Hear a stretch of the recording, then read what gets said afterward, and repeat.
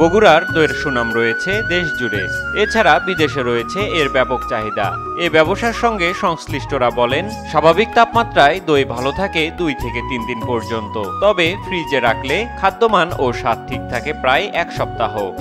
অনেক বছর ধরেই পাইকারি দই বিক্রি করেন শেরপুর উপজেলার ঘোষপাড়া এলাকার নিমাই ঘোষ। তিনি দাবি করেন, ঘেটু ঘোষের হাত ধরেই তাদের পূর্বপুরুষেরা দই তৈরি শুরু করেন শেরপুরে। শুধুমাত্র বগুড়া শেরপুরের দই তৈরির সঙ্গে সম্পৃক্ত আছেন 56টি পরিবার। এসব পরিবারে দই তৈরিকে কেন্দ্র করে কর্মসংস্থান হয়েছে অন্তত 250 জনের। বগুড়ার প্রতিটি বাস স্ট্যান্ডে দইয়ের দোকান রয়েছে। এসব দোকানে টক, সাদা, মিষ্টি আর কড়া মিষ্টির খিরসা পাওয়া যায়। এদিকে বগুড়ার সুস্বাদু এ খাবার ভৌগোলিক নির্দেশক জিআই পণ্যের স্বীকৃতি পেয়েছে চলতি বছরের জুন মাসে। সময়ের ব্যবধানে টক দইয়ের পাশাপাশি শুরু হয়েছে মিষ্টি দই তৈরি।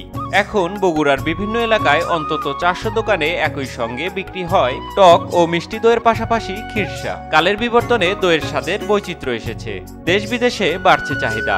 এদিকে রপ্তানি আইন শিথিল করার পাশাপাশি খাদ্যমান ঠিক রাখার সময় বাড়ানো গেলে বগুড়ার তৈরি সুস্বাদু দই রপ্তানি করা যাবে যুক্তরাষ্ট্র, Canada, Malaysia, Singapore, Bharat, Nepal ও মধ্যপ্রাচ্যের বিভিন্ন দেশে।